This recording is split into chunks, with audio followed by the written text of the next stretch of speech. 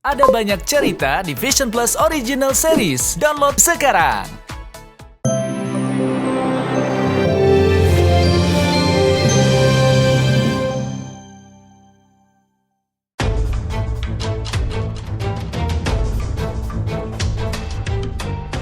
Sidang kasus gugatan cerai yang dilayangkan aktor Ronal Surapraja terhadap istrinya Seruni Purnama tengah memasuki tahap mediasi.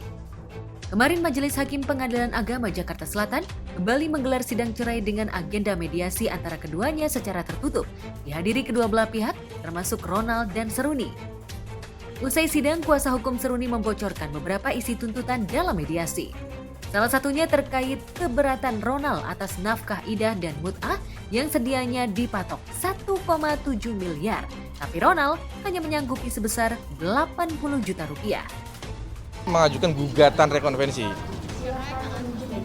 Cerai, hak asuh, nafkah, harta gonogini, nafkah idah mut'ah itu. Menurut saya prinsipnya ini kan bisa dikomunikasikan gitu loh ya. Bisa dikomunikasikan. Kalau memang ini tidak boleh dibagi ya mau buat siapa dan seterusnya itu harus jelas lah begitu. Berarti ada dugaan harta gonogini juga, Pak?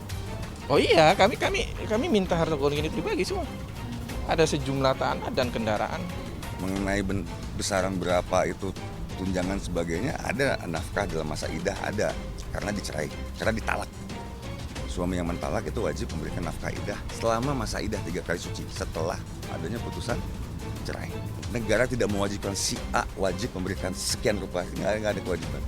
Yang paling penting adalah kebutuhan dasar anak itu pasti akan dipenuhi, walaupun dengan kondisi sulit bertemu dengan anak.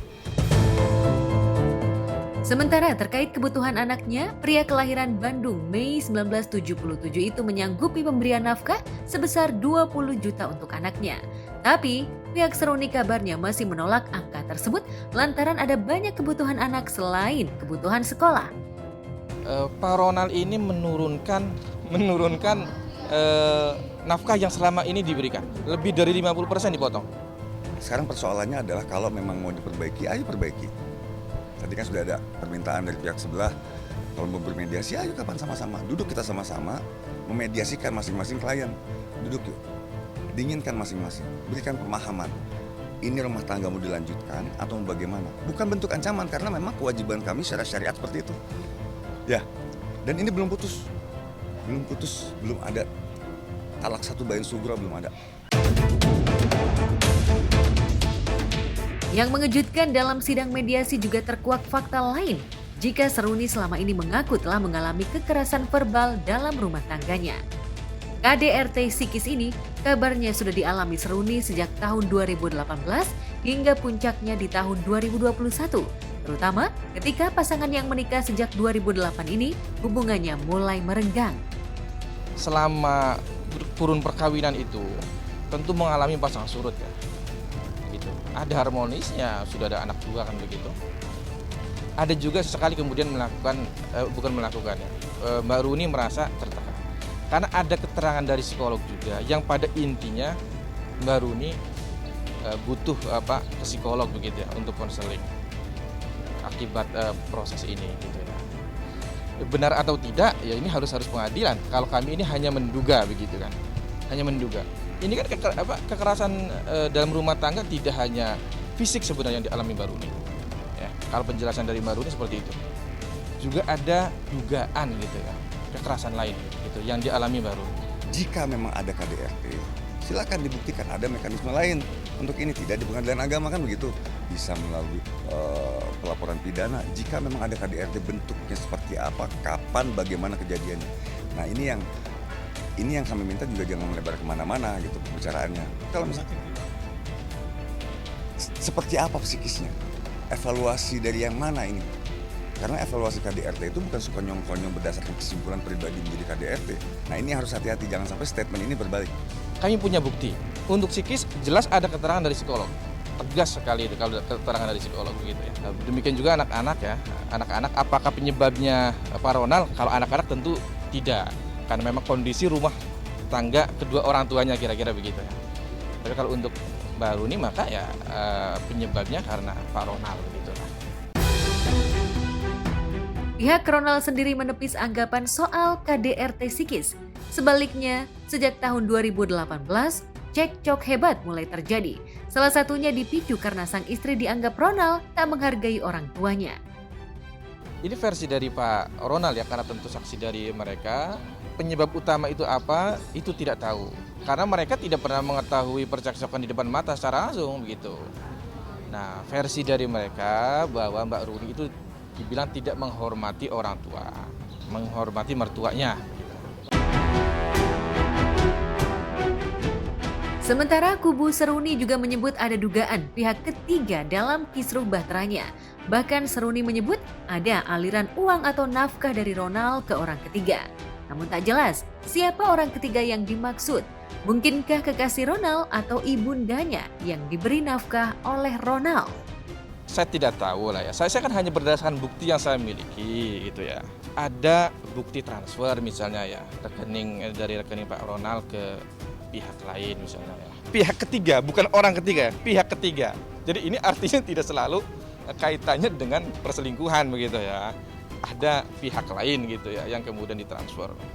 Ronald saat ini secara psikologis sedang belajar untuk menghadapi persoalan rumah tangganya. Dan dia melihat bahwa ini adalah satu peristiwa yang penuh hikmah. Sedang dalam satu tahap yang sangat berat buat dia, tapi juga dalam satu fase yang sangat luar biasa buat dia. Transformasi ini yang menurut saya teman-teman harus lihat. Tidak semua orang melihat situasi ini seperti Ronald. Doakan Ronald tetap menjadi orang baik, dan saya juga berharap Ibu Runi juga tetap menjadi ibu yang baik, menjadi orang baik juga sama-sama. Kepada awak media, Ronald sendiri kemarin tak banyak bicara. Ia hanya meminta doa agar kasus perceraian ini berjalan lancar dan ingin lebih fokus mengurus buah hatinya kelak. Tapi saya pikir kita nggak perlu bicara panjang seperti itulah gitu ya. Karena ya kami tetap mendoakan mudah-mudahan anak-anak tetap bisa kembali dan jangan dilibatkan dalam suasana ini. Itu jangan dilibatkan sehingga akhirnya tidak bisa punya akses ke orang tuanya dengan alasan apapun. Ayah tetap menjadi ayah, ibu tetap menjadi ibu. Tidak ada bekas ayah, tidak ada bekas ibu, tidak ada bekas kakek, tidak ada bekas nenek. Nasabnya mengalir darah di anak-anak ini, dua orang tua ini.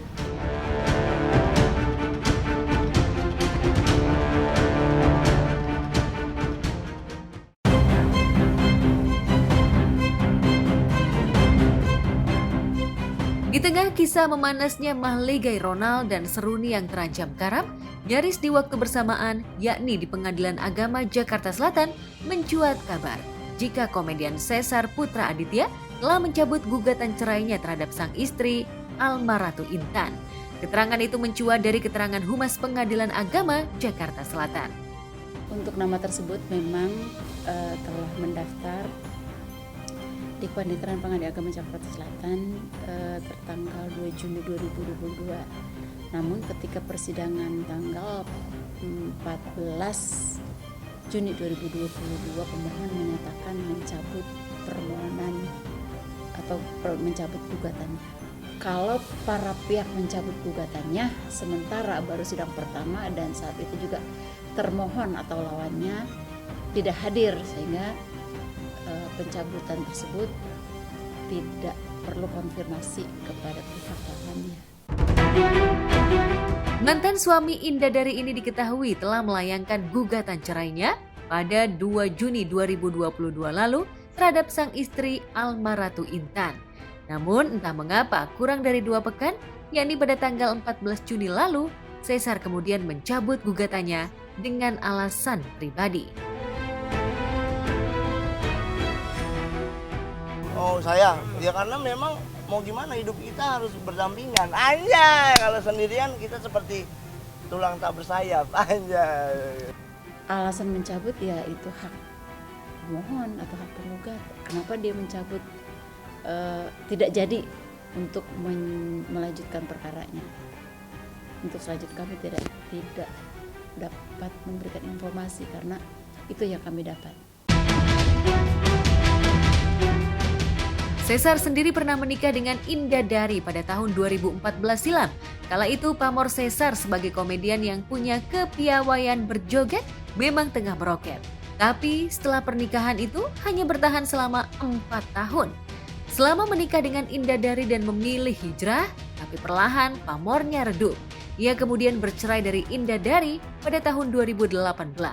Tak lama berselang, tepat Juni 2018 kemudian ia menikahi Intan. Namun bahteranya dengan Intan pasang surut bersama masa depan karirnya yang kian tak menentu. Update saya sekarang sehat, menyusulnya nanti lah karena proses kehidupan akan berjalan langsung seperti detik-detik terakhir. Anjay, sosoknya ya masih, iya tahu, tapi masih muda, pengennya muda bang. Iya muda kayak gua gitu, muda terus saling melengkapi, saling mencintai itu aja sih. Kondisi ekonomi Caesar yang tak menentu disebut-sebut menjadi musabab keretakan bahtera. Apalagi nyaris selama pandemi, ia sepi job manggung. Belakangan Caesar sempat viral ketika video live Instagramnya mencuat karena dengan kondisi penampakan tak lazim. Caesar bahkan diterpa isu terjerembab narkoba hingga kediamannya didatangi pihak BNN. Ia diperiksa polisi hingga menjalani tes urin, tapi kabar sumir itu reda setelah ditepi Caesar. Memang saya kan nge-vape, jadi nggak boleh dilihat di layar, harus dibuang dulu baru, karena kan itu udah peraturan dari TikTok gitu. Tapi kok Caesar sanggup hampir 2 hari ya? Enggak 2 hari, suka saya aja gitu, nggak sampai setiap hari untuk live. Berarti bukan 24 jam? Enggak, bukan, karena dijeda kan. Setengah 8 sampai jam 9 pagi, jam 1 sampai jam setengah 3, setengah 8 sampai jam 9 itu sih. Yang DJ, pang, gitu doang, ayo coba berkat lalu, gitu. Kini setelah mencabut gugatan cerainya, kabarnya Caesar dan sang istri mulai kembali menata hidup baru. Lantas mungkinkah Caesar telah rujuk kembali? Atau sebaliknya, menunda rencana gugatan cerai untuk saling introspeksi diri? Insya Allah ya tahun depan doanya yang penting kita mantepin dulu bang. Ya kan setiap manusia harus bertanggung jawab pada istri. Kalau namanya Sound de Pierre. Susah kali ya Sound de Pierre. udah males gue jawab cara lu katanya gitu. Karena ada Bang Haji kan. Ya makasih bang. Semua perdamaian kalau kedua belah pihak hadir, kalau hanya sepihak maka dinasehati oleh majelis hakim gitu. Karena ini yang hadir adalah pihak pemohon saja, maka dinasehati, diberikan informasi dan selanjutnya pemohon mengajukan mencabut perkara